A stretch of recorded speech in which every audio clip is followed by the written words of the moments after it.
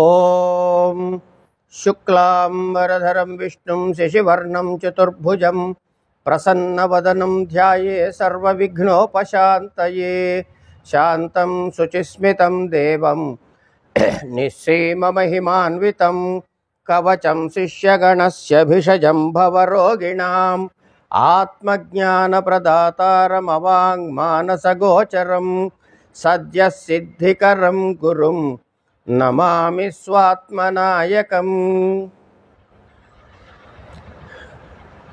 సకుంకుమ విలేపనామళికచుంబికస్తూరికాం సమందహసితేక్షణాం సశరచాపపాశాంకుశాం అశేషజనమోహినీం అరుణమాల్యభూషాంబరాం జపాకుసుమభాసురాం జపవిధౌ స్మరేత్ అంబికాం.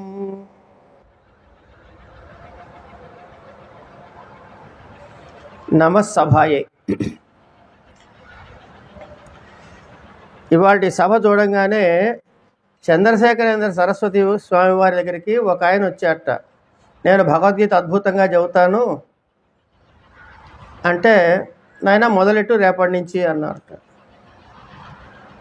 వస్తే అక్కడ తీరా చూస్తే ఒక్కళ్ళే ఉన్నారు. ఈ చెప్పే ఆయన స్వామివారు ఒకరు. ఏమండి ఎవరికి చెప్పాలి అన్నట్ట. కృష్ణుడు ఎంతమందికి చెప్పాడు అన్నట్ట స్వామివారు. నువ్వు కృష్ణుడివి, ఆయన అర్జునుడు, చెప్పు అన్నట్ట. నోరు విప్పి చెప్పడం మొదలుపెట్టారు. స్వామివారి సంకల్పం హాల్ నిండింది. సరే, ఎందుకంటే ఏదో ఒక విధంగా స్వామివారిని తలుచుకుని ముందుకు వెళ్ళటం అన్నది ఒక చిన్న అలవాటు. అందుకని చెప్పి ఆ కథ చెప్పే వాళ్ళ, ఇది సభ కాబట్టి. సరే, లలిత సహస్రనామాలు, దాని యొక్క గొప్పతనము. ఈ లలితా సహస్రనామాల్లో ఏమున్నాయి అన్నది ఒక చిన్న ప్రశ్న. ఏమున్నాయండి, అమ్మవారి గురించి 1000 నామాలు ఉన్నాయి. మేము ఎడాపెడా చదివేస్తూ ఉంటాం. రెగ్యులర్గా మా దగ్గర పారాయణ బాగానే చేస్తామండి. ఇందులో ఏమాత్రం మనం ఆలోచించాల్సిన పని లేదు. కాకపోతే తెలియకుండా కొన్ని దోషాలు కూడా మనకి దొర్లుతూ ఉంటాయి. రెండవది ఏంటోనండి, ఏదో చేద్దాం అనుకున్నాం కానీ ఇంకేం కుదరలేదు, అందుకని లలిత చేసి ఆపేశాము అంటారు. అంటే అక్కడ వాళ్ళు చెప్పిన శబ్దంలోని భావం ఏంటంటే, చాలా విశేషమైన పూజ చేద్దాం అనుకున్నాం, కుదరలేదు కాబట్టి లలితా సహస్రనామంతో సర్దుకున్నాము అనే అర్థం వస్తుంది అక్కడ. కానీ అసలు లలితా రహస్యనామాల పేరే అది, లలితా రహస్యనామాలు. దాని హృదయము తెలిస్తే ఈ మాట ఇంకెవరు ఎప్పుడు అనరు. దానికి కారణం ఏమిటి అంటే, మానవుడు తనని తాను ఉద్ధరించుకోవడానికి ఎన్నో ప్రయత్నాలు చేస్తూ ఉంటాడు. ఎప్పుడు కూడా ఒకటి కాదు, రెండు కాదు, అనేక ప్రయత్నాలు జరుగుతూనే ఉంటాయి.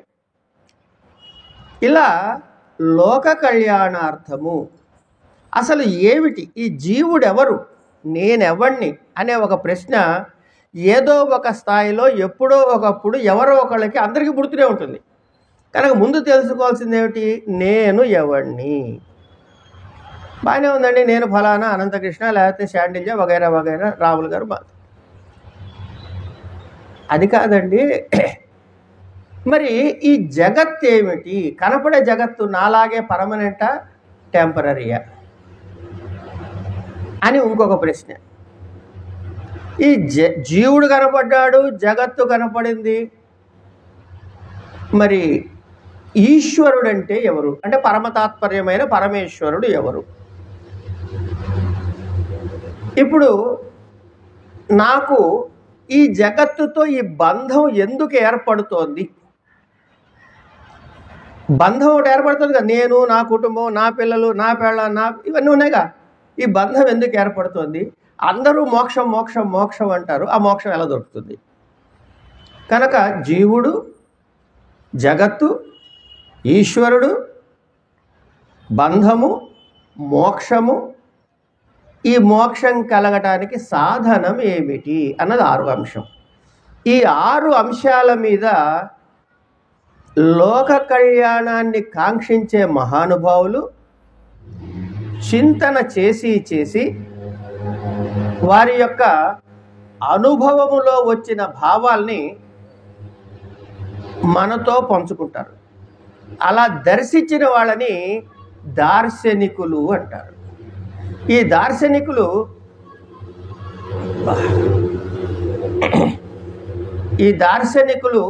ఎలా ఈ విషయాల మీద మనతో పరిచయం చేశారో తెలుస్తుంది.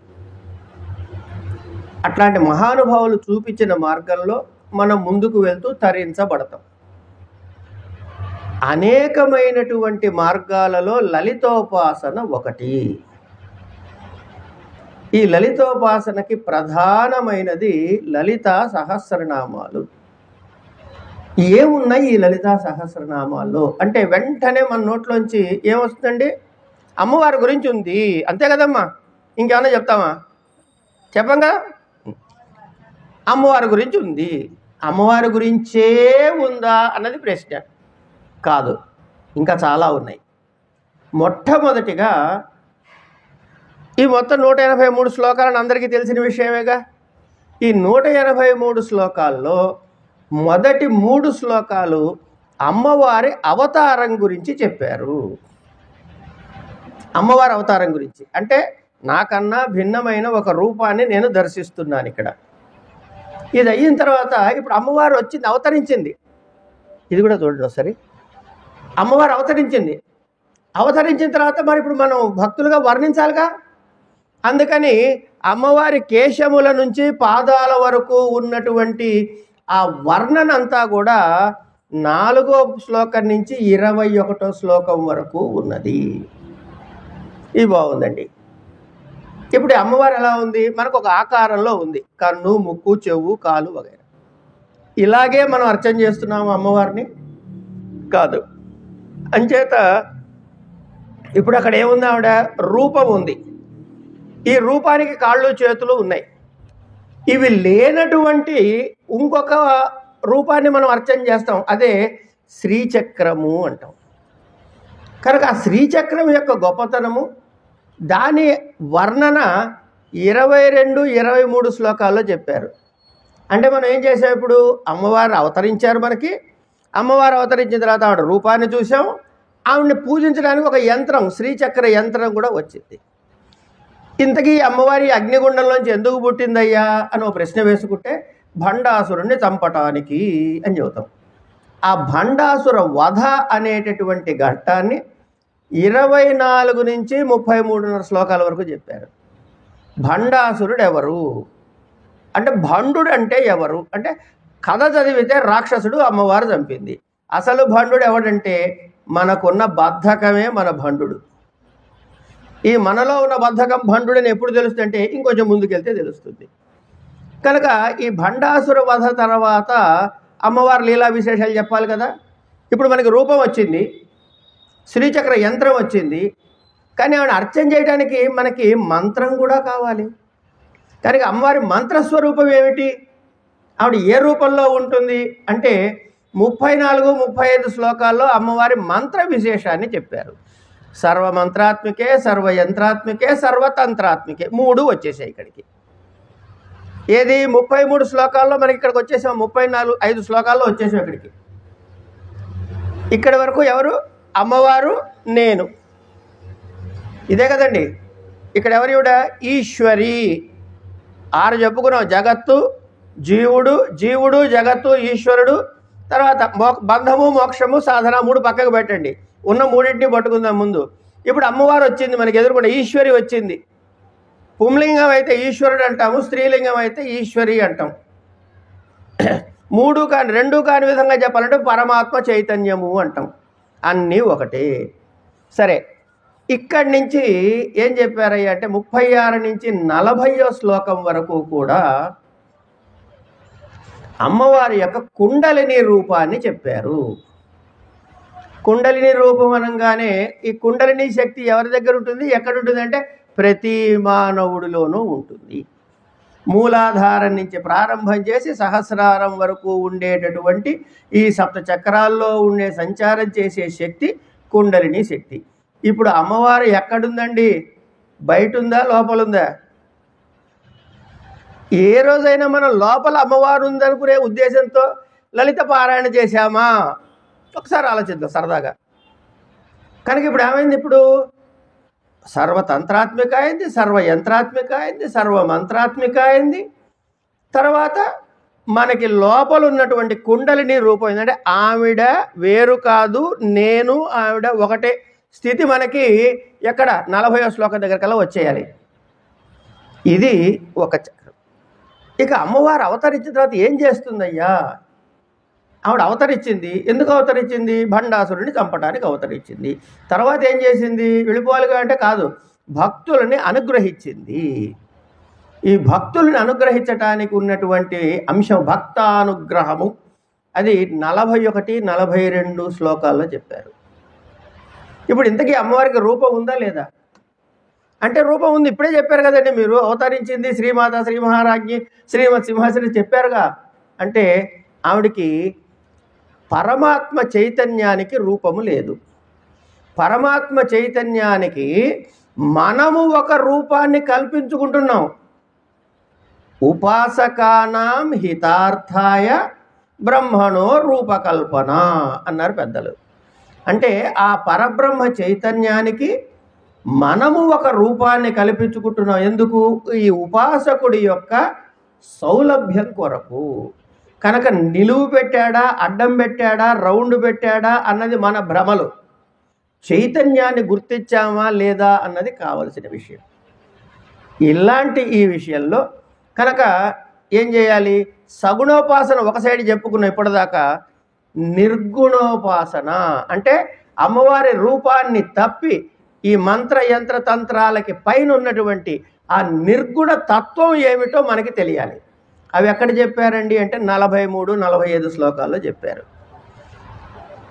అందరికీ నిర్గుణోపాసన వస్తుందండి? కష్టం కదా.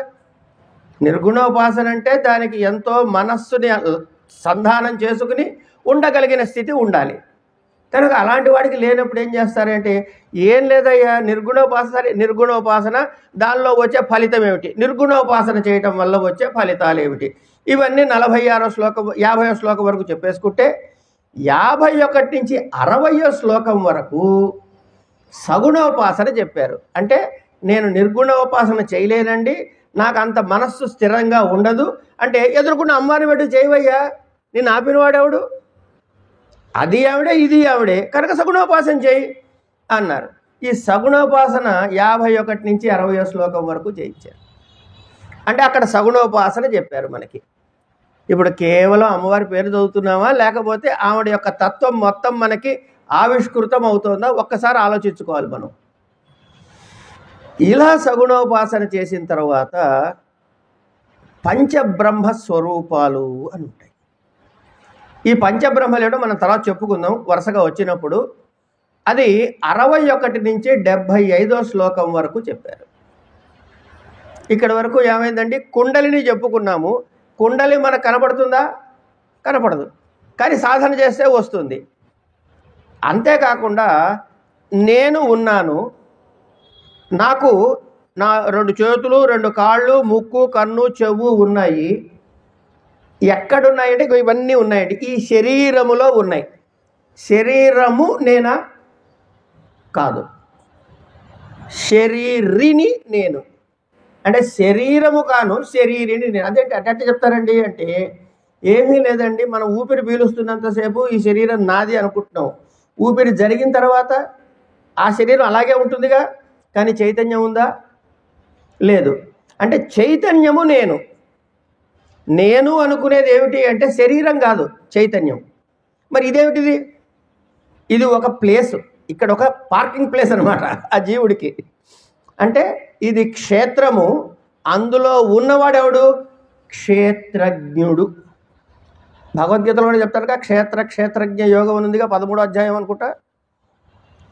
కనుక అదే తత్వం ఇక్కడ. అంటే ఇప్పుడు కృష్ణుడు వేరు, అమ్మవారు వేరు అయ్యారా? కాదు, చైతన్యము ఒకటే. ఈ స్ఫురణ లేకపోతే ఏ ఆరాధన చేసినా మనకి ఫలితం దక్కదు. సరే, అంచేది ఇప్పుడు ఏం తెలియాలి మనకి? అసలు క్షేత్రం అంటే ఏమిటో తెలియాలి, క్షేత్రజ్ఞుడు అంటే ఏమిటో తెలియాలి. ఈ రెండింటి విషయాలు మనకి తెలియాలి. ఇప్పుడు ఎక్కడికి వచ్చామండి? విగ్రహం వచ్చింది, నిగ్రహం వచ్చింది, యంత్రం వచ్చింది, మంత్రం వచ్చింది, నేను వచ్చాను, నా కుండలిని శక్తి వచ్చింది, నాలో ఉన్న జీవుడు కూడా వచ్చాడు. అంటే ఇప్పుడు నాలో ఉన్నది అమ్మవారా కాదా? నాలో అంటే నన్ను ఒక్కడే అనుకోకండి, మీ అందరూ కూడా ఎవరికి వాళ్ళే. ఇప్పుడు మీరు అమ్మవారా కాదా? అమ్మవారే. మరి మనకి ఏముండాలి? అప్పుడు ఆనందం ఉండాలి. సరే, ఇలా ఈ క్షేత్రజ్ఞ విషయాన్ని గురించి మనం తెలుసుకుంటాం 80వ శ్లోకం వరకు. ఇది అయిన తర్వాత అమ్మవారు సగుణ సాకార రూపంలో మనని అనుగ్రహించటానికి అనేక స్థానాల్లో తాను వసించింది. ఇక్కడ మళ్ళీ సాకారంలోకి వస్తున్నాం.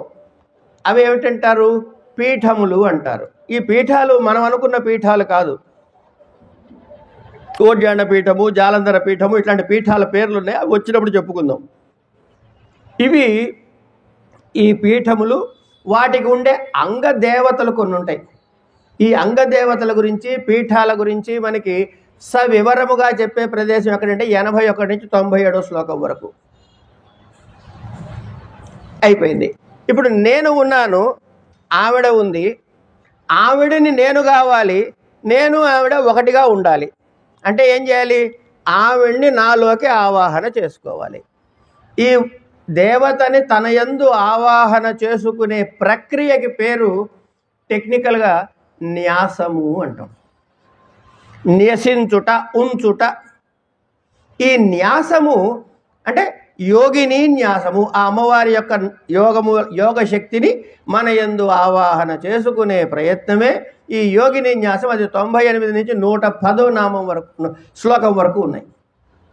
ఈ 110 శ్లోకాలకు వచ్చేటప్పటికి 534 నామాలు పూర్తి చేసుకుంటాం. ఇదండి. ఇప్పుడు ఇక్కడికి ఒక స్టేజ్కి వచ్చాం. ఏమండి, మా ఇంట్లో మాకు చిన్నప్పటి నుంచి అలవాటు అండి, ఒక మట్టి కలశమే పెడతాం మేము, అందులో కొబ్బరికాయ పెడతాం. అయితే పీచు తీయకూడదండోయ్ అని ఒకడు అంటాడు. మా ఇంట్లో మట్టి కలశం పెడితే మంచి వెండి చేయించామండి, చుట్టూ అష్టలక్షల బొమ్మ ఉందండి, పీచు తీసి పెడతామండి, ఎర్రబట్టే పెట్టాలండి, అది పట్టుబట్టే అంటే ఇప్పుడు మీకోటి నాకోటి పద్ధతులు మారాయి. అంతేగాని అమ్మవారు మారలే, చేసే సాధకుడు మారలే, చెప్పే మంత్రం మారలే, అనుసరించాల్సిన విధానం మారలే, ఆచారాలు మారాయి. అంతే కదా?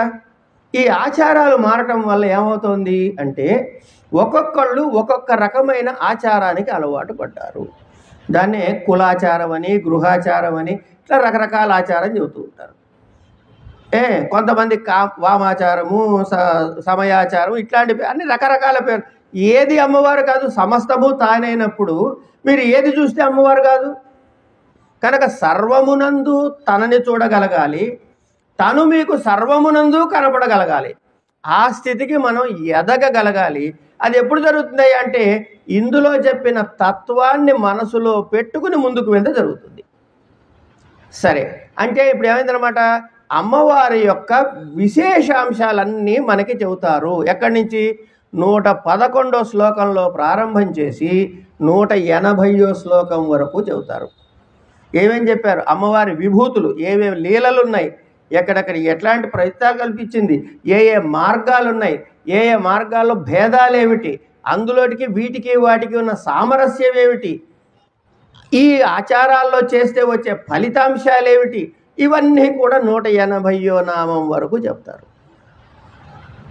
అయిన తర్వాత చివరి 3 శ్లోకాల్లో శివుడికి అమ్మవారికి అభేదాన్ని చెబుతారు.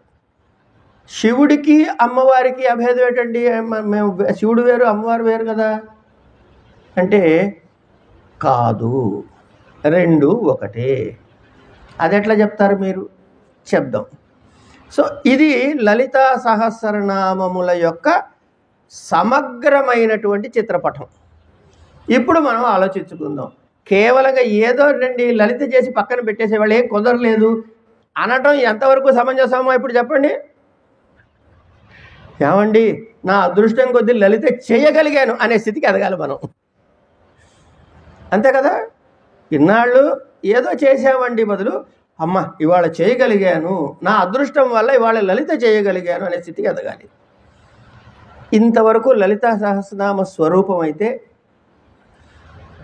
కొన్ని మనసుకి నచ్చని విషయాలు కూడా ఈ సందర్భంలో చెప్పుకోవటం అవసరం. ఎలా?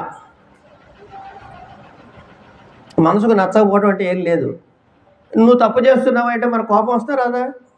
అదే నేను తప్పు చేయడం ఏంటి, నేను బ్రహ్మాండంగా గడగడ 8:30 నిమిషాలండి నాకు లలిత.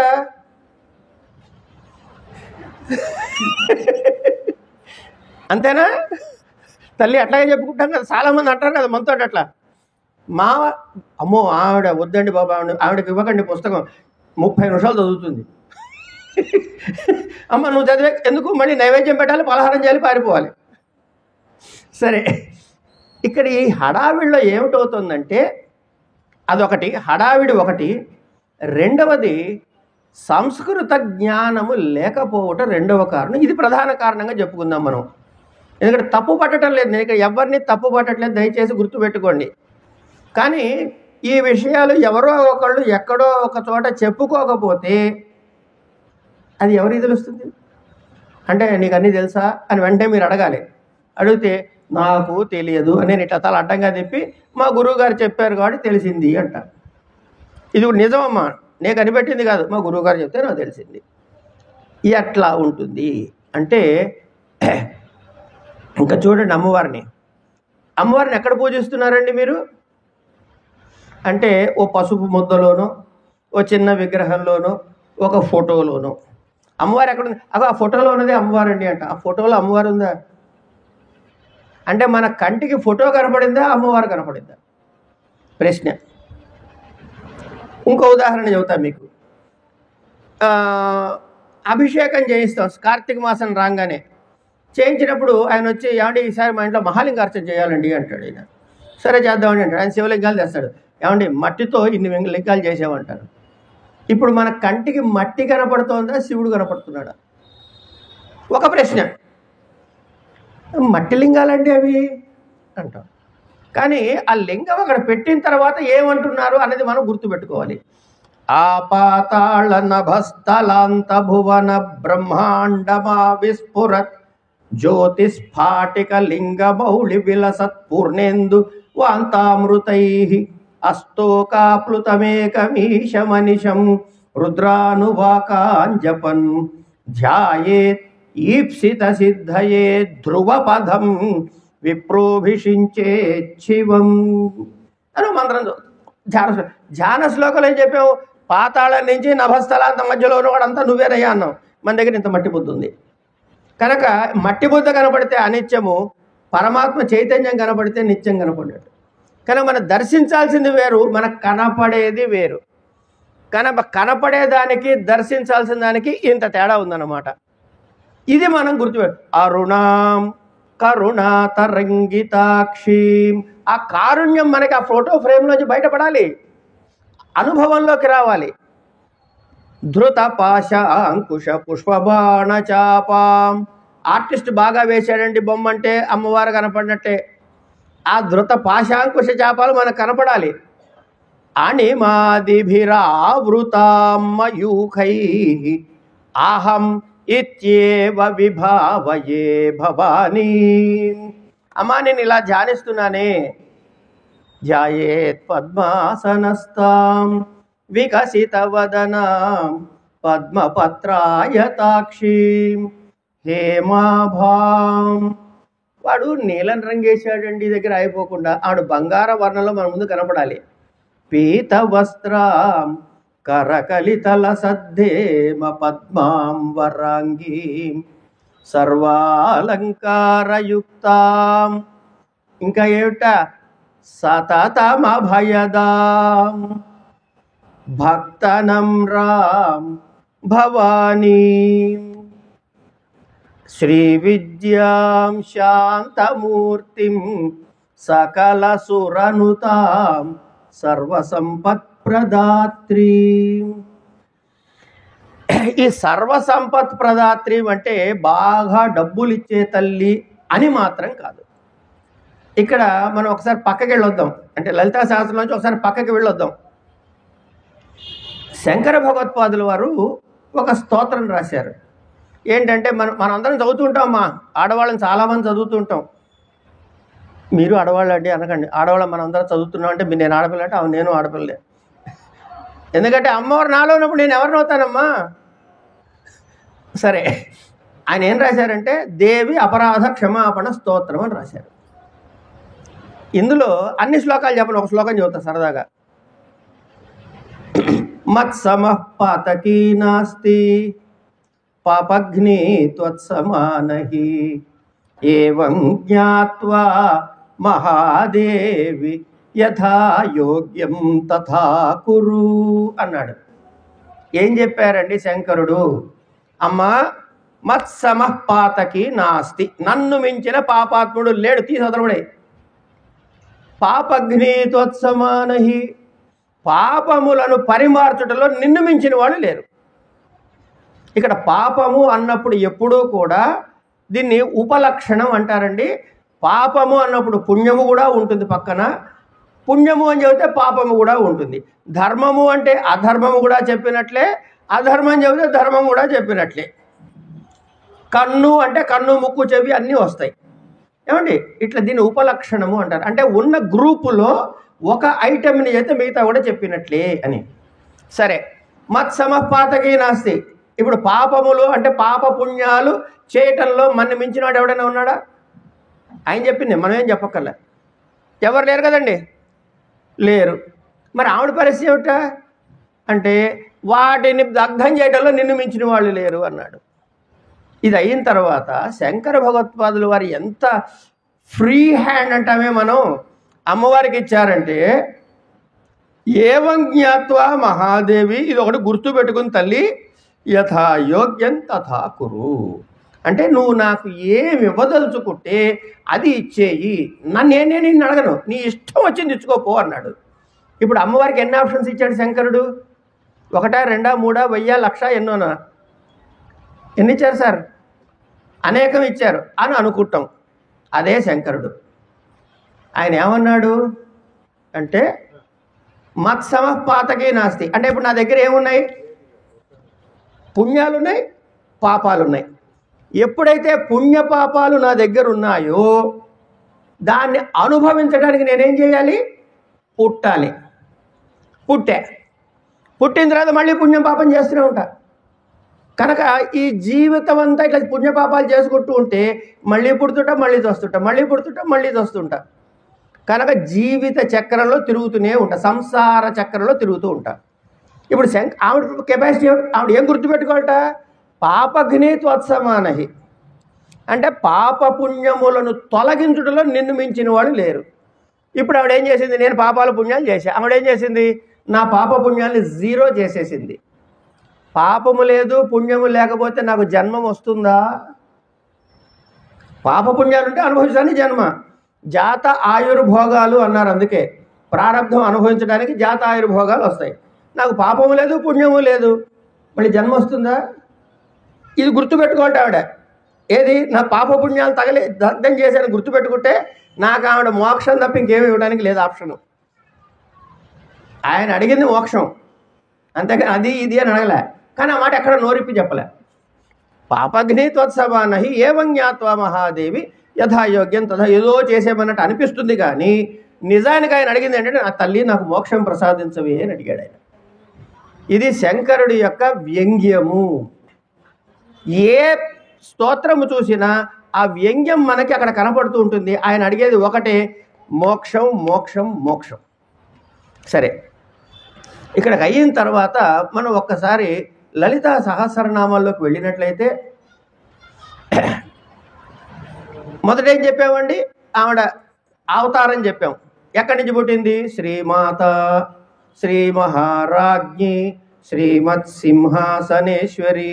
ఎక్కడి నుంచి వచ్చావు తల్లి? చిదగ్నికుండ సంభూత. ఎందుకు వచ్చావమ్మా? దేవకార్య సముద్యత. ఎట్లా ఉన్నావమ్మా? ఉజ్జద్భాను సహస్రాభ. మరి చేతిలో వీళ్ళని చంపడానికి చతుర్బాహు సమన్విత. ఏమి చేతిలో ఉన్నాయి? రాగస్వరూప పాషాఢ్య క్రోధాకారాంకుశోజ్వల మనోరూపేక్షుకోదండ పంచతన్మాత్ర సాయక. ఆపుదాం ఇక్కడ. ఇప్పుడు నా చేతిలో ఒక వస్తువు ఉంది, ప్రస్తుతానికి మైక్ ఉంది, లేకపోతే ల్యాప్టాప్ ఉంది, ఇది నా చేతిలో ఉంది. దాని ఇష్టం వచ్చినట్టు నటిస్తుందా? నేను చెప్పినట్టు చేయాలి. అది నేను చెప్పినట్టు చేయాలి కదా. ముందు మనం ఏం చెప్పుకున్నాము? అమ్మవారికి నాకు అభేదం చెప్పుకున్నాం, జీవుడు నేనే అనుకున్నాం. అక్కడ గుర్తుపెట్టుకుని ముందుకెళ్ళాలి. ఇప్పుడు మనం ఏం చేయాలి? రాగస్వరూప పాషాఢ్య. ఆ పాశం ఆవిడ చేతిలో ఉన్నది అంటే రాగము ద్వేషము ఇవి మనసుకి సంబంధించిన విషయాలు. ఇవి తన అదుపులో ఉంచుకోవాలి. క్రోధాకార అంకుశోజ్వల. క్రోధం ఎప్పుడు పుడుతుందో దాని అంకుశంతో పొడిచినట్టు అడగదొక్కాలి. తర్వాత మనోరూప ఇక్షుకోదండ. ధనస్సు. దీనిలో ఇదేమిట? మనస్సు. అంటే ఈ కోదండము నుంచి ఇందులో పంచ బాణాలు ఏమిటయ్యా? పంచ తన్మాత్ర సాయక. శబ్ద స్పర్శ రూప రస గంధములు అని 5, వీటిని పంచతన్మాత్రలు అంటారు. ఇవి ఏం చేస్తాయి? వెళ్ళి మనకు కనబడ రావయ్యా నీకోసం ఎదురు చూస్తున్నాను అని అంటాం. అంటే మన కన్ను చూసింది ఎవరినో లేదు. ఇగో చూడ మామిడి పళ్ళు ఎంత పచ్చగా ఉన్నాయి, అందంగా ఉన్నాయి, ఒక డజన్ తీసుకో అంటే కన్ను వెళ్ళింది అక్కడికి. ఇప్పుడు మనం ఏం చేస్తాం? లేచి నడుచుకుంటూ వెళ్తాం. అంటే జ్ఞానేంద్రియములు వాటి యొక్క విషయములు, ముందు విషయం వెళ్ళింది, దాని మీద అనుభవిద్దాం కోరిక కలిగింది, కలగంగానే శరీరం నడుచుకుంటూ వెళ్ళింది. వాక్ పాణి పాద పాయు ఉపసలు ఇవి ఏమైనా ఆ పని చేయడానికి వెళ్ళాయి. అవి తెస్తాయి, తింటాం కదా. కనుక ఇంతకీ చూడాలా వద్దా? ఈ పంచబాణాలు ధనస్సు ఉంటేనేగా వెయ్యాలి. ధనస్సు నా చేతిలో ఉంది, మనసు నా నిగ్రహంలో ఉంది. ఇప్పుడు ఈ బాణం వెయ్యాలా వద్దా ఎవరు నిర్ణయం చేస్తారు? ధనస్సు పట్టుకున్నవాడు నిర్ణయం చేస్తాడు. ఈ ధనస్సు పట్టుకుని ఏం చేయాలి? ఈ శబ్దస్పర్శ రూప రసగంధాలు ఇష్టం వచ్చినట్లు సంచారం చెయ్యనీయకుండా మనసుని నిగ్రహం చేసి క్రోధమును అణిచి రాగమును ద్వేషమును గనక పట్టి బంధించి కూర్చోబెడితే అప్పుడు ఏమిటవుతుంది అంటే మనకి మనను తెలుస్తాము. నిజారుణ ప్రభాపూర మధ్యద్ బ్రహ్మాండ మండల. ఇక్కడ ఒక క్షణం ఆగుతాండి. ఈ లలితా సహస్రనామాలు చదివేటప్పుడు మనకి ఏమైందంటే ఒక తూగు అలవాటైంది. ఎట్లా తూగు అలవాటైందంటే నిద్రపోవడం కదండి తూగంటే. శ్రీమాత శ్రీ మహారాజ్ఞి శ్రీమత్ సింహాసనేశ్వరి చిదగ్నకుండ సంభూత దేవ కార్య సముజ్జత ఉజ్జద్భానస శ్రావ చతుర్బాహు సమన్విత రాగస్వరూప భాషాఢ్య క్రోధాకార అంకుశోజ్వల. ఇది బాగుంది, ఇక్కడ దాకా బాగుంది. మనోరూపేక్ష కోదండ పంచతన్మాత్ర సాయిక, అద్భుతం. ఇది శ్లోక రూపంలో ఉంది. అంటే తెలియాలని చెబుతున్నామా, తప్పు పట్టడానికి మాత్రం కాదు. ఈ శ్లోక రూపాన్ని అనుష్టుప్ ఛందస్సు అన్నారు. దీన్ని అనుష్టుప్లో 8 అక్షరాలకి ఒక పాదం. ఒక పాదం 8 అక్షరాలు 8 అక్షరాలు 8 అక్షరాలు 8 అక్షరాలు 32 అక్షరాలు. వీటిని రాసేటప్పుడు ఏం చేస్తారు? 16 అక్షరాలు 16 అక్షరాలుగా రాస్తారు. దీన్ని పూర్వార్ధము ఉత్తరార్ధము అంటారు. ఇక్కడ వరకు చాలు. అయిన తర్వాత ఏమైంది? శ్రీమాత శ్రీ మహారాజ్ఞి ఒక 8 అక్షరాలు అయిపోయింది. శ్రీమత్ సింహాసనేశ్వరి ఇంకో 8 అక్షరాలు ఇటు దూకింది. చిలగ్నగుండ సంభూత ఓ 8 ఇటు వచ్చింది. దేవ కార్య సముజ్జత ఇంకో 8 ఇటు పోయింది. ఇలా 8 అలవాటు అయిపోయి నిజారణ ప్రభాపూరా అని దీర్ఘం తీస్తాం. అక్కడ దీర్ఘము లేదు. ఆ మొత్తం ఈ మూల నుంచి ఆ మూలకి ఒకటే నామం, నిజారుణ ప్రభాపూర మధ్యద్ బ్రహ్మాండ మండల అని పూర్తిగా చదవాల్సిందే. ఇది చాలామంది చదవటం లేదు. ఎందుకంటే ఈ ఊ కూడా అలవాటైపోయింది. అదేంటి పెండులం అంటారే, గడియారంలో పెండులం, ఈ ఊ కూడా అలవాటైపోయింది. చంపశాశోక పున్నాగా కాదు, పున్నాగ సౌగంధికల సత్కచ. అట్లాగే అష్టమీ చంద్ర విభ్రాజ దళికస్థల శోభిత. ఈ దళికస్థల శోభితకి అర్థం ఏంటి విడిగా చెప్తే చెప్పండి. దళికస్థల శోభిత అంటే ఏం చెప్తారు అర్థం? చెప్పలేము. అదే మనం ఏం చేయాలి? అష్టమీ చంద్ర విభ్రాజ దళికస్థల శోభిత అంటే అర్థం వస్తుంది. ఇలా మనం పద్మరాగశిల అదేంటి వదనస్వర మాంగళ్య గృహతోరణ చిల్లిక విడగొట్టకూడదు. ఇట్లా 4 నుంచి 10, 11, 12 నామాల వరకు కూడా ఇలాగే చదువుతున్నాం. కామేశబద్ధ మాంగళ్య దీర్ఘం ఎవరు కట్టారు? సూత్ర శోభిత కంధర. కామేశబద్ధ మాంగళ్య సూత్ర శోభిత కంధర ఒకటే నామం. దీనికి టెక్నిక్ ఏంటంటే, సరే టెక్నిక్ చివరికి చెప్పుకుందాం. ఇలా మనకు తెలియకుండా మనం అనేక తప్పులు పొరపాటున చదువుతున్నాం. ఎవరు కావాలని ఈ తప్పులు చదవరు, కానీ ఇది గుర్తుపెట్టుకోవాలి. తర్వాత ఈవిడ ఎక్కడుందన్నా ఉన్నాయండి? మేరు మీద చెప్పాం. సుమేరు మధ్య శృంగస్థ. ఈ మేరు అంటే ఎదురుకుండా ఉన్న మేరువు, ఇది కూడా మేరువే. సుమేరు మధ్య శృంగస్థ శ్రీమన్నగర నాయిక చింతామణి గృహాంతస్థ పంచబ్రహ్మాసన స్థిత మహాపద్మాటవీ సంస్థ కదంబ వనవాసిని సుధాసాగర మధ్యస్థ కామాక్షి కామదాయి. ఈ చింతామణి గృహం ఏమిటి? పంచబ్రహ్మలు ఎవరు? పద్మాటవి ఏమిటి? కదంబ వనం ఏమిటి? సుధా సాగరం ఎక్కడి నుంచి వచ్చింది? ఇవన్నీ ఎక్కడి నుంచి వచ్చాయంటే ఇవన్నీ మనము భావన చేయవలసినటువంటి అంశ విశేషాలు, భావనలో రావాల్సినవి. అవేమిటో మనం చెప్పుకుందాం. వీలైతే సమయం ఎన్నింటి దాకా ఇచ్చారని? 8 వరకు. 8కి ఆపే లోపల చెప్పుకునే ప్రయత్నం చేద్దాం. ఇక్కడికి పక్కకు పెడితే ఇంకోటి చాలా కొన్ని ఇబ్బంది లేని నామాలు, అంటే ఈ విడగొట్టి తూగినంత మాత్రాన ఇబ్బంది లేనివి కొన్ని ఉన్నాయి. ఫర్ ఎగ్జాంపుల్ నిజ సల్లాప మాధుర్య వినిర్భత్సితగా చెప్పి పెద్ద అపార్థాన్ని ద్యోతకం చేయట్లేదు అక్కడ. కానీ కొన్ని నామాలు ఉన్నాయండి. ఎట్లాంటివి అవి అంటే, ఈ కొన్ని నామాలు దేవర్షిగణ సంఘాత స్తూయమానాత్మ వైభవ, అర్థం మారిపోతుంది. తర్వాత ఇది కూడా దిగులు లేదండి. మహాగణేశ నిర్భిన్న విఘ్నయంత్ర ప్రహర్షిత ఒకటే నామం. దీన్ని ఎట్లా విడగొడుతున్నాం? మహాగణేశ నిర్భిన్న అని దీర్ఘం తీస్తున్నాం. ఎప్పుడైతే దీర్ఘం తీసామో అక్కడికి నామం అయిపోయింది. అంటే మహాగణేశుడి చేత భగ్నము చేయబడినది అమ్మవారా? కాదుగా. మరి ఇప్పుడు చంపలేసేసుకుంటాం మనం అర్జెంట్గా, అయ్యో అని. ఇది చదువుతున్నామా లేదా మనం ఆలోచించుకుందాం ఒకసారి. ఇవి చదవకుండా మనం జాగ్రత్త పడాలి. అలాగే విష్ణుమూర్తి యొక్క 10 అవతారాలు ఉన్నాయి. ఈ అవతారాలు 10 కూడా అమ్మవారు వేళ్ళిలా అంటే ఈ వేళ్ల మొదటి నుంచి 10 వేళ్లకి 10 అవతారాలు వచ్చాయి అన్నది ఇక్కడ భావన. అందుకని ఏమన్నారు? కరాంగుళి నఖోత్పన్న నారాయణ దశాకృతి అని నామం. కరాంగుళి నఖోత్పన్న నారాయణ దశాకృతి ఒకటే నామం. మనం ఎట్ట చదువుతున్నాము? కరాంగుళి నఖోత్పన్న, ఎవరి కరముల నుంచి ఎవరి అంగుళ నుంచి ఇవి ఉత్పన్నమైంది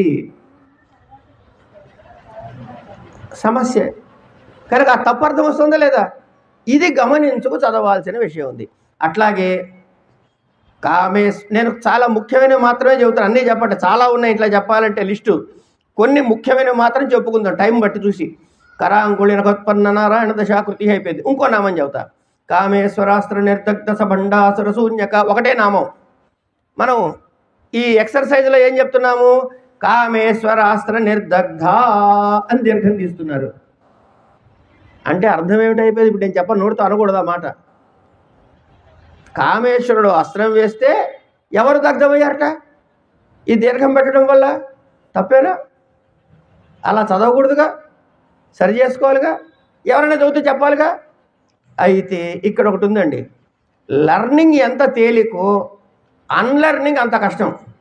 ఒకటి ఒంటికి పట్టింది వదిలించుకోవడం చాలా కష్టం. సంసారం వదిలించుకున్నంత కష్టం అది. ఏమండి, ఇక్కడ ఏం జరుగుతుందంటే, అందుకే మన ఇంట్లో పుస్తకాలు చూసుకుని మగవాళ్ళు చాలామంది పుస్తకాలు చూసుకుని నమ్మకం చమకం సూర్యసూక్తం శ్రీసూక్తం నేర్చేసుకుని కొంతకాలం అయిన తర్వాత గురుగారు నాకు కొంచెం స్వరయుక్తంగా చెబుతారా అంటే వాడికి తాట తెగుతుంది. ఎందుకు? వీడికి ఉన్నటువంటి అపస్వరాలు వదిలించడానికి ముందు టైం పడుతుంది ఆయనకి. స్వరం పట్టించడం సంగతి తర్వాత చూద్దాం. అంతేనా మూర్తి గారు? ప్రాక్టికల్గా. కనుక ఈ అలవాటు అయిపోయిన వాళ్ళు వదిలించడం కష్టము. చెబితే మాకు తెలుసు అనేవాళ్ళు కూడా మనకు దొరుకుతారు. ఓ ప్రదక్షిణ చేసి నమస్కారం పెట్టి వెళ్ళిపోదాం. కరాంగుళి నఖోత్పన్న నారాయణ దశాకృతి అనాలి. తర్వాత హరనేత్రాగ్ని సందగ్ధ, అది తప్పు కదా. హరనేత్రాగ్ని సందగ్ధ కామ సంజీవనౌషధి, శివుడి యొక్క కన్ను యొక్క అగ్నితో దహించబడినటువంటి కామునికి సంజీవని అయి ఔషధములా ఉన్నటువంటి ఆ తల్లి అని చెప్పకుండా హరనేత్రాగ్ని సందగ్ధ అని ఆపితే అక్కడ ఒక పాజ్ ఇస్తే ఈవిడ హరనేత్రాగ్నిలో దగ్ధమైంది అని అర్థం వస్తుంది, అది తప్పు. ఇలాంటివి మనం చాలా గమనించుకోవాల్సినవి ఉన్నాయండి. అయిన తర్వాత దుష్టదూర అతరే తాపత్రయాగ్ని సంతత్వ సమాహ్లాదన చంద్రిక, ఇది ఒకటే నామం. అంటే ఏం లేదండి, ఎందుకు చెప్తున్నా అంటే అనుష్టుప్పులో 16 అక్షరాలు నామాలు కొన్ని ఉన్నాయి, 8 అక్షరాల నామాలు కొన్ని ఉన్నాయి, 3 అక్షరాల నామాలు కొన్ని ఉన్నాయి. వీటి గమనించుకుని కట్ చేయాలి అని. తాపత్రయాగ్ని సంతప్త సమాహ్లాదన చంద్రిక, ఎవడైతే తాపత్రయములు ఆది భౌతికము ఆది దైవికము ఆధ్యాత్మికము అనే తాపత్రయములతో దగ్ధమవుతున్నటువంటి వాడు, ఆ అగ్నిలో దహించుకుపోతున్నటువంటి వాడికి ఆహ్లాదపరిచే చల్లదనాన్ని ఇచ్చే తల్లి లాంటి దాన్ని, చంద్రిక లాంటి దాని అమ్మా అని చెప్పిన దాన్ని పట్టుకుని తాపత్రయాగ్ని సంతప్త దగ్గర ఆపకుండా దీర్ఘం పెడుతున్నాం. తాపత్రయాగ్ని సంతప్త, అమ్మవారు ఎప్పుడు ఈ 3 తాపత్రయాలు గిలిగిలా కొట్టుకుంటున్నట్ట మనకి. రామ రామ శివ శివ అమ్మా తల్లి, అంతేనా? అందుకనే మనకి ఏం చెప్పారంటే మహానుభావులు మనం తప్పులు చేస్తారు. పెద్దవాళ్ళు ఎంత కారుణ్యం అంటే మత్సమపాతకి నాస్తి పాపగ్నిత్వత్సమానహి ఏవం జ్ఞాత్వా మహాదేవి యథా యోగ్యం తథా కురు అని చెప్పమన్నారు. లేదంటే జ్ఞాతాజ్ఞాత సమస్త దోష నిరహరణార్థం అని చెప్పి ఇంకోటి ఏదో చెబుతారు. ఇట్లా రకరకాల మనకి అపరాధ క్షమాపణలు చెప్పారు చివరిలో.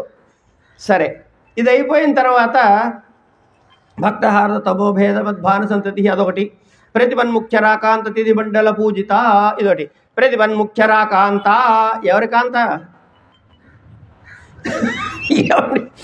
ప్రతిపన్ ముఖ్య రాకాంత, ఆకాంత కదా అక్కడ, రాక అంత అంటే ప్రతిపత్ అంటే పాడ్యమి, రాక అంటే పౌర్ణమి, పాడ్యమి నుంచి పౌర్ణమి వరకు ఉండేటటువంటివి 15 తిథులు. ప్రతిపన్ముఖ్య రాకాంత తిథి మండల పూజిత, అమ్మవారి మేరువుని అర్చన చేస్తున్నప్పుడు తిథి దేవతలు నిత్యాదేవతలు అని అంటారు. ఆ నిత్యాదేవతలు 15, ఆ దేవతల వాళ్ళతో పూజించబడిన తల్లి అని చెప్పటం. ఇది మనం అక్కడ బ్రేక్ ఇవ్వటం వల్ల కొన్ని ఇబ్బందులు వస్తున్నాయి మనకి. సరే, తర్వాత ఇంకోటి అసలు అద్భుతమైన నామం అండి. అమ్మవారు మన ఏం చేస్తుందండి, ఎక్కడ ఈ సంసారంలో పడి కొట్టుకుంటుంటే బయటపడేస్తుంది కదా. కానీ మనమేం చెప్తున్నాము, సంసార పంక నిర్మగ్న, అమ్మా నువ్వు సంసారంలో పడి కొట్టుకుంటున్నావే తల్లి అని నమస్కారం పెడుతున్నావు.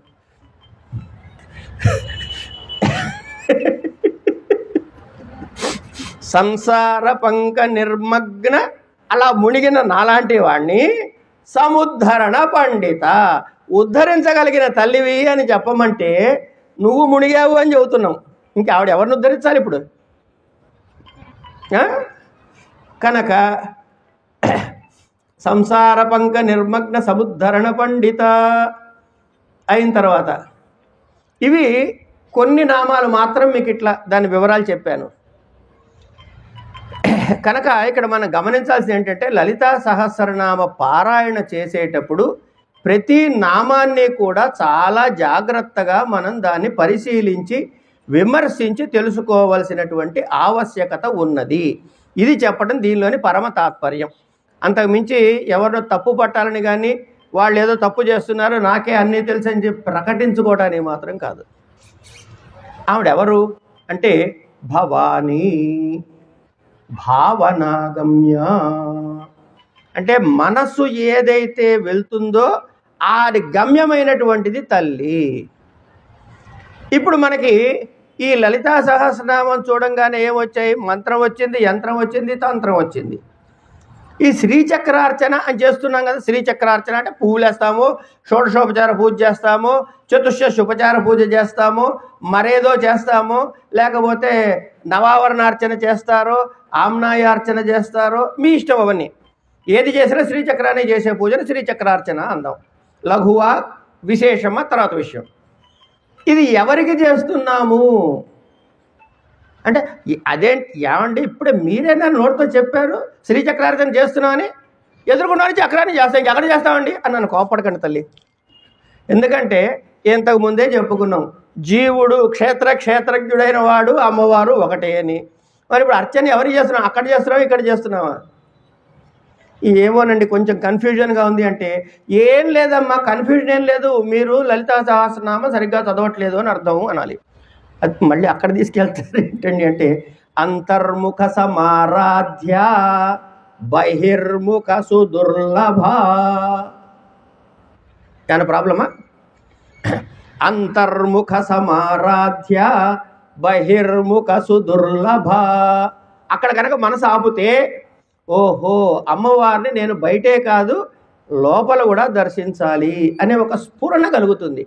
అది ఎప్పుడు రూఢ అవుతుంది తర్వాత విషయం, మన యోగాన్ని బట్టి రూఢ అవుతుంది. కానీ చదవాల్సినప్పుడు మాత్రం, అంటే చక్రార్చన అంటే ఏమైంది, బాహ్య పూజ కాదు అంతర్యాగము అని తెలిసింది. అంతర్యాగం అంటే ఏంటి? మనము చేస్తున్నటువంటి, అంటే ప్రతి ప్రాణి ఏం చేస్తున్నాడు, ముందు ఏం కావాలయ్యా అని కోరుకుంటాడంటే సుఖము కావాలని కోరుకుంటాడు, ఆనందము కావాలని కోరుకుంటాడు. ఎప్పుడు ఆనంద స్థితిలో ఉండటానికి ప్రయత్నం చేస్తాడు. ఎందుకంటే ఆ ప్రయత్నం చేస్తాడు అట్లా? ఎందుకు చేస్తాడు అట్లా? ఆనందం ఎందుకు అడగాలి అంటే అది మన సహజ స్వరూపము కనుక. ఒక గిన్నె నిండా నీళ్లు తీసుకోండి, స్టవ్ మీద పెట్టండి, కింద నిప్పు పెట్టండి, సలసల సలసల కాగుతాయి. అంటే ఈ అగ్ని వల్ల నీటికి తన సహజ స్థితిని కోల్పోయి అసహజమైన ఉష్ణత్వాన్ని ఆపాదించుకుంది. ఎప్పుడైతే ఆ అసహజమైన అగ్నిని తొలగించి గిన్నె తీసి పక్కన పెట్టారో పావు గంటలో మళ్ళీ చల్లగా తన నిజస్థితికి వస్తుంది. అంటే నీటి యొక్క నిజస్థితి ఏమిటి? చల్లదనము. నా నిజస్థితి ఏమిటి? నా నిజస్థితి ఏమిటి అంటే ఆనందము. నేను సర్వదా ఆనంద స్వరూపుడను కనుక నేను ఆనందముగానే ఉండాలి అని తాపత్రయపడతా. కనుక దానికేం చేస్తాను? దుఃఖ నివృత్తిని చేసుకునే ప్రయత్నం చేస్తా. ఇందాక మీకు కొన్ని నామాలు చెప్పా, ఏది మనం తర్వాత చూద్దామండి అని చెప్పాను అనుకున్నాం. ఏ నామం అది గుర్తుంటే చెప్పండి ఎవరైనా.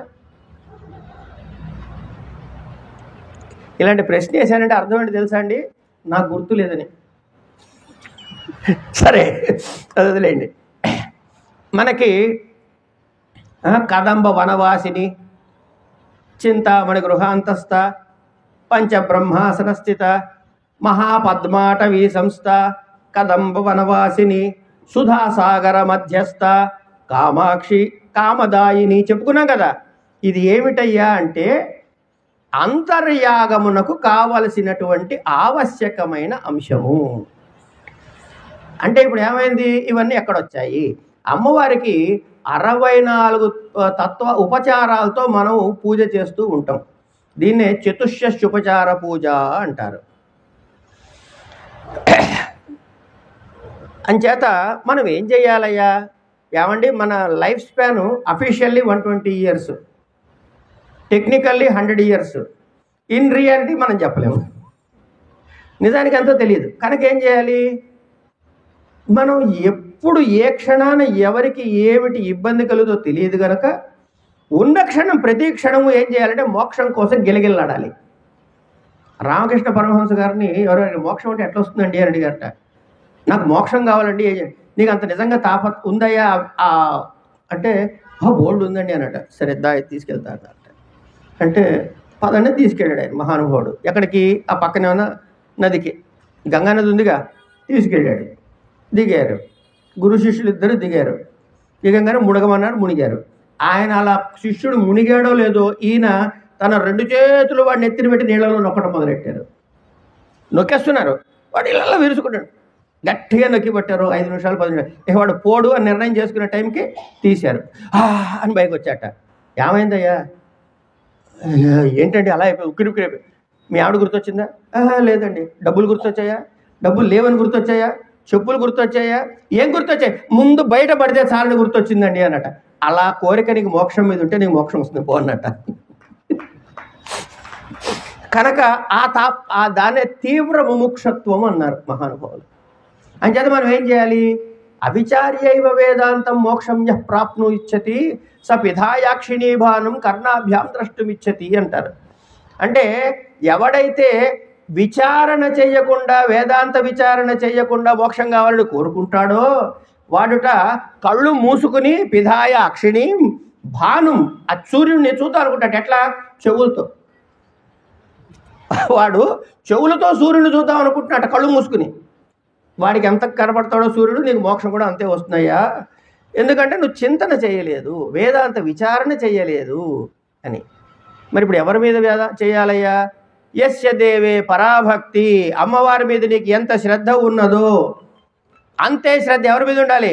యథా దేవే తథా గురౌ, నీకు దేవత మీద ఎంత శ్రద్ధ ఉన్నదో, భక్తి ఉన్నదో, తాత్పర్యం ఉన్నదో అంతే తాత్పర్యం గురువు మీద కూడా ఉండాలి. తస్యైతే నిఖిలార్థాః ప్రకాశ్యంతే మహాత్మన అని సుబాలోపనిషత్ వాక్యం ఇది. అంచేత గురువుని నమ్ముకుని గురువు చేసిన ఉపదేశాన్ని అనుసరించి మనము ముందుకు వెళ్ళాలి. అంచేత బయట అమ్మవారిని యంత్రం పెట్టి కుంకుమార్చన చేయడం తప్పు కాదు, అది ప్రారంభ దశ. అక్కడ జరిగినప్పుడు మన మనసు ఏకాగ్రం చేయటం వస్తుంది. తర్వాత ఆమెను లోపల ప్రతిష్ఠించుకుంటాం. అంచేత అప్పుడు ఏమిటవుతుంది? మన స్వశరీరమే శ్రీచక్రంగా మారిపోతుంది. అదెట్ట మారుతుందండి? ఇప్పుడే కదయ్యా లలితా సహస్రనామాలు చెప్పుకున్నాము, మూలాధారం, మణిపూరం, ఆజ్ఞ, విశుద్ధి అని చెప్పుకున్నాం కదా. కనుక ఇప్పుడు శ్రీచక్రం ఎక్కడుందంటే ఇక్కడే ఉంది. అది గమనించడం మర్చిపోతున్నాం అంతే. 8.5 minutes టాస్క్ కంప్లీట్. సహస్రనామాలు అయిపోయినాయి. ఒక అరగంట చదివితే తెలుస్తుంది ఇవన్నీ. అక్కడ ఆగుతుంది మనసు, తెలియకుండా ఆగుతుంది. సరే, ఆ స్వశరీరములో శ్రీచక్ర భావన కలిగితే అప్పుడు అమ్మవారి అనుభూతి మనకు కలుగుతుంది. ఏం చేస్తున్నప్పుడు సగుణోపాసన నుంచి నిర్గుణోపాసన వైపుకు వెళ్తున్నాం. నదులు అనేకంగా ఉన్నాయి, సముద్రం ఒక్కటే, అమ్మవారు ఒక్కటే.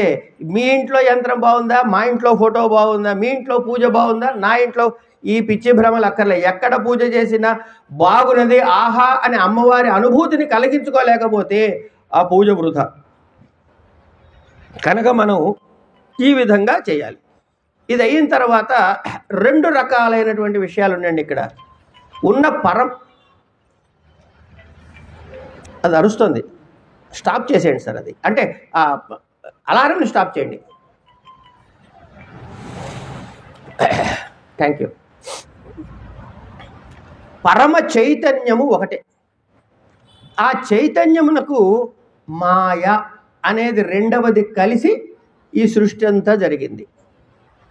ఇది తత్వం. కనుక ప్రధానమైన చైతన్యము సమస్తము ఒకటే. అయిన తర్వాత ఆ మాయతో కూడి ప్రపంచము, జగత్తు సృష్టి జరిగింది. అంచేత జగత్తు ఎవరిదనమాట? వాళ్ళదేగా, పరమాత్మ చైతన్యమేగా.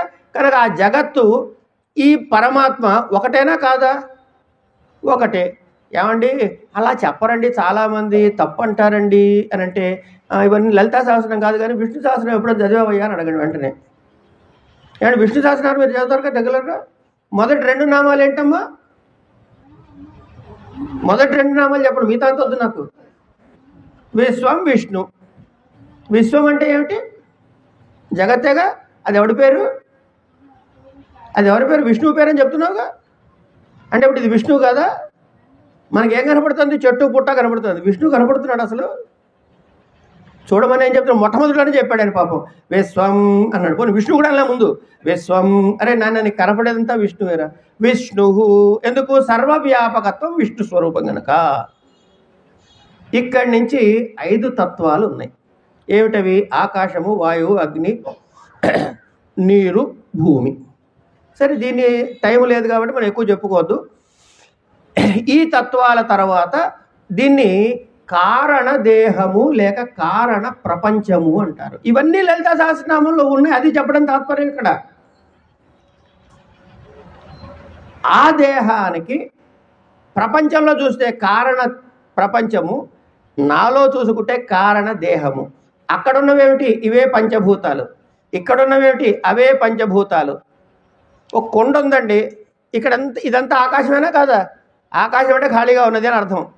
ఈ ఖాళీగా ఉన్న ఆకాశానికి ఒక మట్టి ముద్ద పెట్టి ఇలా ఇలా ఇలా ఇలా తయారు చేస్తే ఒక కొండ వస్తే ఇప్పుడు ఆకాశం కొండలో ఉందా, కొండ చుట్టూ మట్టి తయారు చేసామా? అంటే అక్కడున్న ఆకాశము ఇక్కడున్న ఆకాశం ఒకటే అయిందిగా. ఇక్కడున్న జీవుడు పరమాత్మ, అక్కడున్న పరమాత్మ ఒకటే అయ్యాడా? ఈ భావన లేనంత కాలం వీడు జీవుడు, వాడు దేవుడు. ఈ భావన కలిపినప్పుడు వీడు దేవుడే. అది ఎట్ట కుదురుతుంది మాస్టర్? కొంచెం కష్టం కదా ఇట్లా అనుకోవటం అని అడిగి డౌట్ వస్తుంది. కాసేపు మనం కాశీ వెళ్ళొద్దు ఒకసారి సరదాగా. ఈ ఎక్కడ చెప్పినా ఇదే చెబుతాడండి అని అనుకోకండి, ఎందుకంటే ఉన్నది అదొక్కటే కాబట్టి. ఏమండి, కాశీ వెళ్ళాం, మీరు కాశీ వచ్చాం. మీరెవరో నాకు తెలియదు, నేనెవరో మీకు తెలియదు. కాశీ వెళ్ళాం. ఆ స్నానాల ఘట్టం ఎక్కడో కేదార్ ఘాట్లోనే ఎక్కడో స్నానం చేస్తుంటే నా కాలు జారబోతుంటే ఆ పెద్ద మనిషి టక్కుని చేయి పట్టుకుని లాగాడు పైకి. లాగినందుకు నేను కాసేపు థ్యాంక్స్ చెప్పాలిగా. అండి థ్యాంక్స్ అండి అన్న. 2 వేస్తారు పైకి వెళ్తాను, జాగ్రత్తగా రండి అని చెప్పి మళ్ళీ అక్కడ కాలు నొప్పి వస్తున్న ముసలోడుకని నెమ్మదిగా పైకి తీసుకొచ్చాడు ఆయన. తీసుకొచ్చారు, కాసేపు మంచినీళ్ళు తాగాం, కాఫీ తాగాం, అయిపోయింది. కాశీ అయిపోయింది, వచ్చేసి ఎవరు మానాన్ని వాళ్ళు వెళ్ళిపోయాం. మర్నాడు కొన్నాళ్ళ తర్వాత హైదరాబాద్లో దిల్సుఖ్ నగర్లో ఎక్కడో రత్నదీప్ సూపర్ మార్కెట్కి వెళ్ళారు. ఆయన మళ్ళీ వచ్చాడు అక్కడికి. వచ్చినప్పుడు వాళ్ళ ఆవిడ ఎవరో పక్కన ఉన్నారు. ఇగో మన కాశీలో పడిపోతుంటే పట్టుకున్నానని ఇగో ఈయననే అని చెప్పి పరిచయం చేశాడు. ఇప్పుడు కాశీలో ఉన్న అనంతకృష్ణ, రత్నదీప్లో ఉన్న అనంతకృష్ణ వేరు వేరా? ఏమా ఒకడే కదా. మరి పరమాత్మ వాడు వీడు ఒకడు ఎందుకు కాడు? ఆ చైతన్యము ఈ చైతన్యము ఒకటైనప్పుడు ఆ దృష్టి మనకి పడాలి. ఇక్కడ ప్రధానం ఏంటంటే ఆ దృష్టి పడటం ప్రధానం. అంచేత ఆ పడే వరకు జగత్తు వేరు, నేను వేరు. పడిన తర్వాత నేనే జగత్తు. కనుక తెలియని వరకు శ్రీచక్రార్చన బాహ్య పూజ, తెలిసిన తర్వాత శ్రీచక్రార్చన అంతరంగ పూజ. తెలియనంత వరకు కదంబ వనవాసిని, పంచబ్రహ్మాసన స్థిత, మహాపద్మాటవీ సంస్థ, సదాసాగర మధ్యస్థ, ఇవన్నీ వస్తాయి. అంతర్యాగంలోకి జరిగి ఇవన్నీ మన లోపలికి వచ్చేస్తాయి. ఎక్కడున్నాయి ఇవి అంటే, అందుకే అంటారు అమ్మవారు అర్చన చేసేటప్పుడు ఏం చెబుతారంటే, అహం దేవి నచ అన్యోస్మి, నేను అమ్మవారిని ఇంకేమీ కాదు అని ఆ సంకల్పం చేసి కూర్చుంటాడు అక్కడ. అంచేత మన శరీరమే ఎప్పుడైతే శ్రీచక్రముగా మారిందో, మన శరీరంలో ఆ తత్వాలన్నీ మనకు అవగడిపోయాయో, అప్పుడు మనకి తెలియకుండా మనలోకి ఇవన్నీ వచ్చి కూర్చుంటాయి. ఈ లలితా సహస్రనామాల యొక్క తత్వము, సారము శ్రీచక్రము. శ్రీచక్రము యొక్క లక్షణాన్ని మొత్తము తీసుకొచ్చి మంత్రరూపముగా చేసినది ఏమిటయ్యా అంటే ఖడ్గమాల స్తోత్రం. కనుక ఖడ్గమాల స్తోత్రము అంటే శ్రీచక్ర వర్ణన. ఓం త్రిపుర సుందరి అంటాడు, అంటే అమ్మవారిని సంబోధించాడు ముందు. తర్వాత ఏమన్నాడు, ఏదైనా అర్చన చేయాలి, మంత్రం చేయాలి, ఏం చేయాలండి? ముందు మంత్రం దేవుడిని నమస్కారం పెడతాం, తర్వాత అంగన్యాస కరన్యాసాలు చేస్తామా? అంచేత న్యాసాలు ఏమున్నాయి? హృదయదేవి, శిరోదేవి, శిఖాదేవి, కవచదేవి, నేత్రదేవి, అస్త్రదేవి అని నామాలు చదివి అక్కడ. ఇది అయిన తర్వాత ఎవరు మనకి బోధ చేస్తారు? గురువులు బోధ చేస్తారు. గురువులు ఎక్కడున్నారు? పరమాత్మ చైతన్యం ఒక గురువు, మహానుభావులైనటువంటి ఋషితుల్యులు ఉన్నారు, వాళ్ళు గురువులు. మానవాకారంలో ఉన్న మహానుభావుడు నాకు మంత్రోపదేశం చేసిన ఆయన గురువు. కనుక దివ్యోగము, సిద్ధోగము, మానవోగము అని ఆ గురువుల యొక్క పరంపరకి దండం పెట్టుకుంటాం. ఇది అయిన తర్వాత 9 ఆవరణలు ఉన్నాయి. ఇక్కడ 9 ఆవరణలు ఉన్నాయి. ఎక్కడున్నాయి? ప్రథమ ఆవరణ అని మా సిద్ధే లగి మా సిద్ధేలో చెప్తారుగా. ఈ సిద్ధులు చెబుతున్నప్పుడు ఎవరట? త్రైలోక్యమోహన చక్రస్వామిని అని ఇట్లా చెప్తాం. ఇవి ఎక్కడున్నాయంటే మన పాదస్థానంలో ఉన్నాయి. ఆ శ్రీచక్రంలో 3 వృత్తాలు ఏవైతే ఉన్నాయో అవి మన కటిస్థానంలో ఉన్నాయి. ఈ ఊరువుల దగ్గర. రెండవ రేఖ కామాకర్షిణి ఇత్యాది అని 18 నామాలు చెబుతాం. ఈ నామాలు కటిస్థానంలో కటిస్థానమునందు ఆ యంత్రముని ఇక్కడ ఊహించుకోవాలి. ఇప్పుడు ఏమవుతుంది? యంత్రాన్ని మనలోకి తెచ్చుకుంటున్నాం. తృతీయావరణ దేవతలు అనంగ కుసుమ ఇత్యాది దేవతలన్నీ నాభిస్థానంలో ఉన్నాయి. 4వ ఆవరణ సర్వ సంక్షోభిడి నుంచి ఉన్నటువంటి నామాలు హృదయమునందు ఉన్నాయి. చూడండి, ఎక్కడి నుంచి వచ్చాను? పాదాల దగ్గర ప్రారంభం చేశా, ఉరువుల దగ్గరకు వచ్చా, కటికొచ్చా, నాభికొచ్చా, హృదయానికి వచ్చా. ఇది అయిన తర్వాత 5వ ఆవరణలోకి వస్తున్నా. 5వ ఆవరణలో ఎన్ని? 12 మంది దేవతలు ఉన్నారు. వీళ్ళు కంఠస్థానంలో ఉన్నారు. అయిన తర్వాత 6వ ఆవరణకు వచ్చా. 6వ ఆవరణ ఏంటి? సర్వజ్ఞ సర్వేభ్య ఫలప్రదే వరకు ఈ రక్షాస్వరూపిణి అనేటువంటి ఆ తల్లి నా భూమధ్యమునందు ఉంది. ఇది 6వ ఆవరణ అయింది. 7వ ఆవరణ ఎక్కడుందయ్యా అంటే నా నలాట స్థానమునందు ఉన్నది అమ్మవారు. అంచేత ఈవిడ అందుకే ఇక్కడ ఉన్నదని ఎట తెలుస్తుందా? సర్వ రహస్య యోగినండి ఆవిడ సర్వ రోగములను హరిస్తుందండి అన్నారు. 8వ ఆవరణ ఎక్కడుందయ్యా అంటే తలపైన ఉన్నది. 9వ ఆవరణ ఎక్కడుంది అంటే బ్రహ్మరంధ్రము ఉన్నది. ఆ పాదం నుంచి తల వరకు చూశాము. అమ్మవారిని ఎట్లా చూశారండి? ఇందాక ఆవిడ ఆవిర్భవించినప్పుడు పైనుంచి కింద చూశారు. ఒక ప్రశ్న వేశారు, దేవతల్ని పాదము నుంచి పైకి పూజించాలి, మనుషుల్ని పైనుంచి కిందకు పూజిస్తారు అంటారు కదా, మరి అమ్మవారిని పైనుంచి ఎందుకు వర్ణించారు అంటే, ఒరే నాయన చిదగ్నిగుండంలోంచి పుట్టిన కంటే ఫస్ట్ కనపడిన తల కాబట్టి అక్కడ చెప్పామన్నారు ఆయన.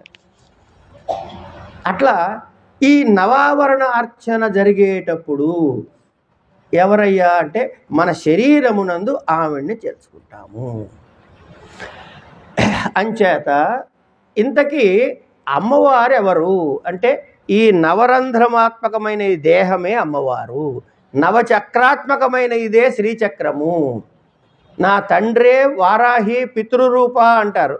అట్లా సాగరాలు ఉన్నాయి కదా, సముద్ర వలయం చెప్పారు కదా, అవేమిటాయంటే పురుషార్థాలు. ధర్మ అర్థ కామ మోక్షాలనే పురుషార్థాలు.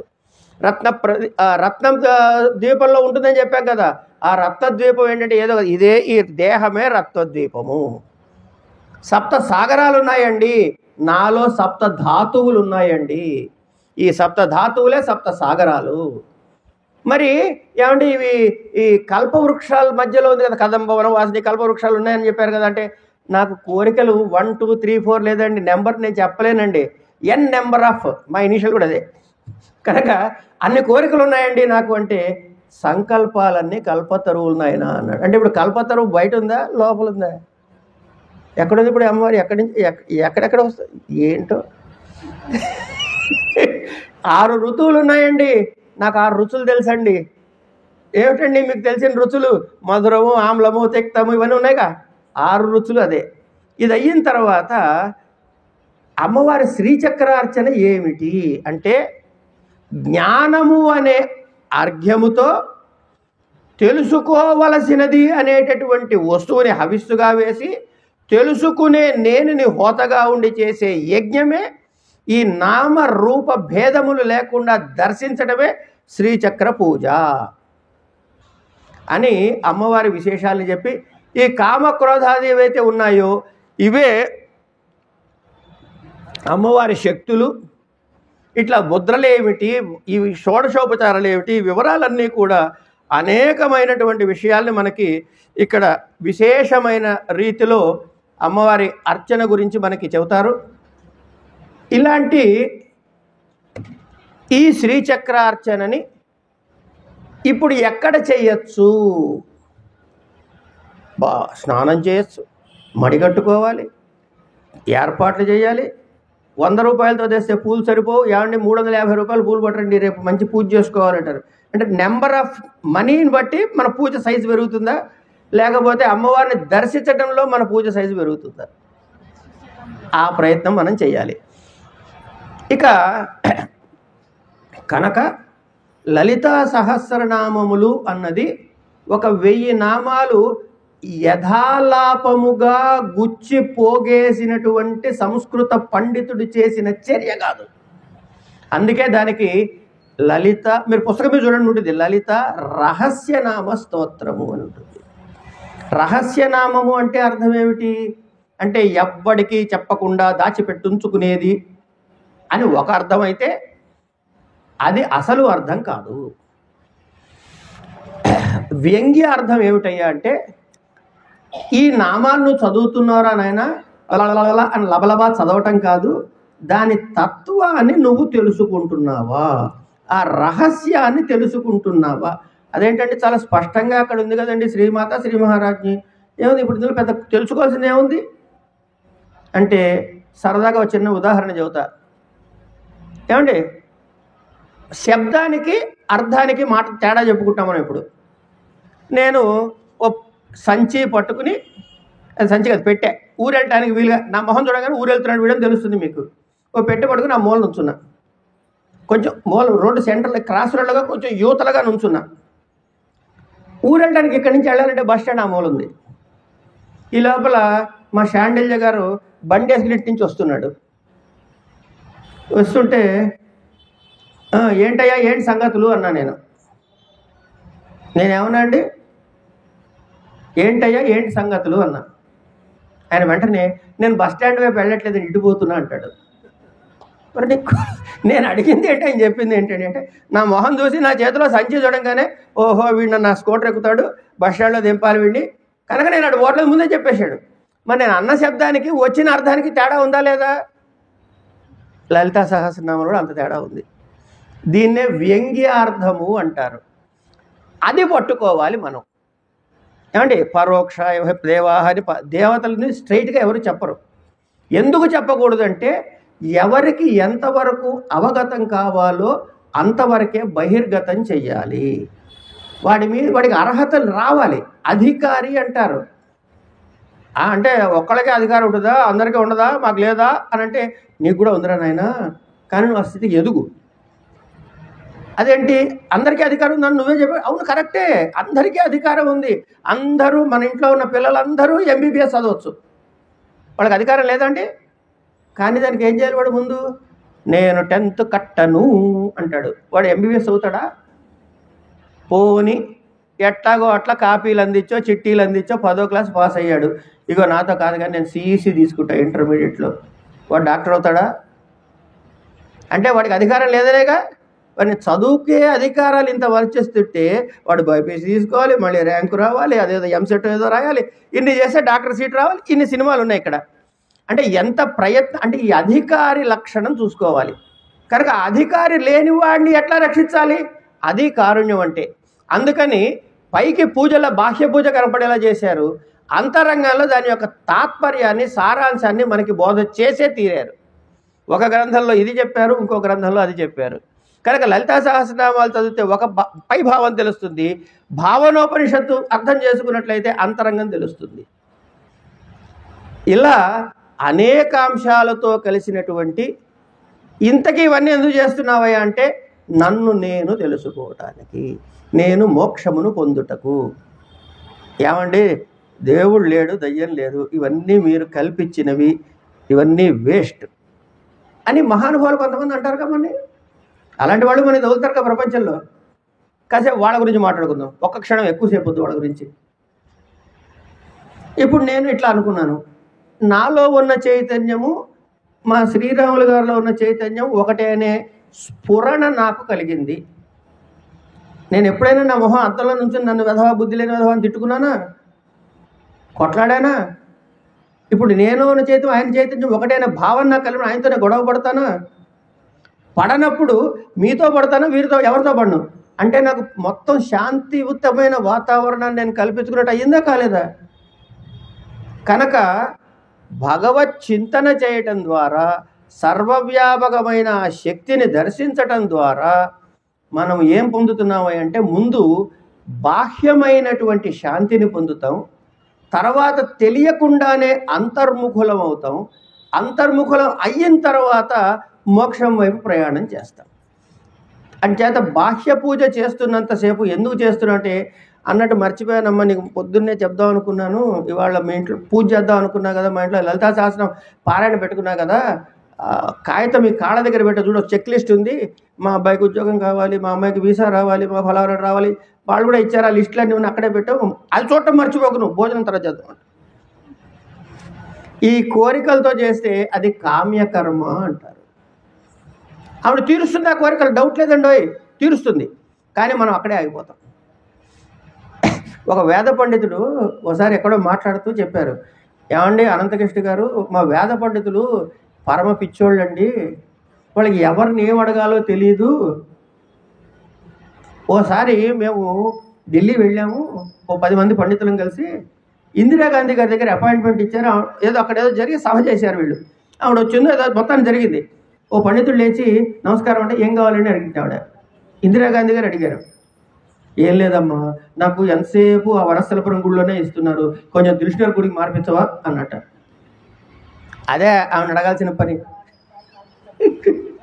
అంటే ఏ కోరిక కోరాలో తెలియని స్థితిలో ఉన్నారు. అది అమాయకత్వం, తప్పని కాదు అది. మనం కూడా ఈ చెక్ లిస్టులు పెట్టిన సేపు ఆ స్థితిలో ఉన్నట్టే. ఆమెను అడగాల్సింది వేరే. అంతకన్నా అడగకుండా ఉంటే ఇంకో మంచి బెనిఫిట్ ఉంది. కారణం ఏంటంటే దేవతలకి ఒక నియమం ఉన్నది. ఏమిటా నియమం అంటే ప్రత్యక్షమైతే వరం ఇవ్వకుండా వెళ్ళకూడదు. అందుకే రాక్షసులకి బ్రహ్మ విష్ణు మహేశ్వరులు ఎందుకు వరాలు ఇచ్చారంటే ప్రత్యక్షం అయ్యాడంటే వరం ఇచ్చి తీరాలి. ఇది రూలు. కనుక మనం అడగట్లేదు, ఒరే ఇంత పూజలు చేస్తున్నది దుప్పుదకి ఏమైనా అడగరా, నాకేం అక్కర్లే, అయిపోయాయి.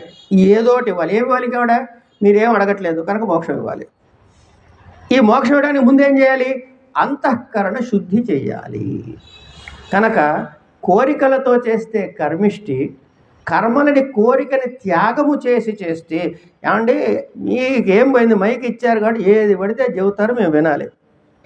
అంటే కోరికలు త్యాగం చేసి ఎవడైనా అటాక్ చేస్తాడు చెప్పండి కర్మలు అన్నాను అనుకోండి, ఏమీ వద్దమ్మా. ఇద్దరు మూడు పిల్లలు ఉద్యోగాలకు పోతున్న వాళ్ళు, ఇంట్లో చిన్నపిల్లలు ఉన్నదాన్ని చూసుకోవడానికి పని మనిషిని పెడితే డైపర్ మారుస్తుంది, అన్నం పెడుతుంది, చేస్తుంది, అన్నీ చేస్తుంది, సాయంత్రం కానీ సంచి చూసి ఇంటికి వెళ్ళిపోతుంది. ఇది ఏమైనా గుర్తుంటుందా? పోనీ వీడికి ఇలా చేసినందుకు నాకు వీడు ఇవ్వాలని ఏమైనా కోరుకుందా? ఆవిడ కర్మ చేయలేదా? కోరిక ఏమైనా కోరిందా? మరి మనకి ఎదుర్కొంటా ఉదాహరణలు కనపడుతున్నాయిగా. మరి మనం ఎందుకు పరమాత్మ ధ్యానం చేసేటప్పుడు కోరికలు లేకుండా చేయలేకపోతున్నాం? అలా నిష్కామంగా చేయటం అలవాటు చేసుకుంటే అంతఃకరణ శుద్ధి కలుగుతుంది. అంతఃకరణ శుద్ధి కలిగితే తద్వారా ఏమిటవుతుందంటే మోక్షేచ్ఛ బలపడుతుంది. ఆ మోక్షము వైపుకు ప్రయాణం చేసేందుకు అర్హత వస్తుంది. తద్వారా పరమాత్మ మనకి ఈ జన్మలోనో పై జన్మలోనో ఆ పై జన్మలోనో ఉత్తమమైనటువంటి గతులు కల్పిస్తాడు అని అనుకుంటూ ఈరోజు ఈ విధంగా ఈ అసోసియేషన్ వాళ్ళ ద్వారా ఏర్పాటు చేసిన ఈ కార్యక్రమంలో యథాశక్తి కాసేపు లలితా సహస్రనామ స్మరణ చేసుకునే అవకాశము నాకు కల్పించినందుకు శ్రద్ధగా ఉన్న మీ అందరికీ కూడా కృతజ్ఞతలు చెప్తూ స్వస్తి సర్వేషాం సన్మంగళాని భవంతు. స్టాప్.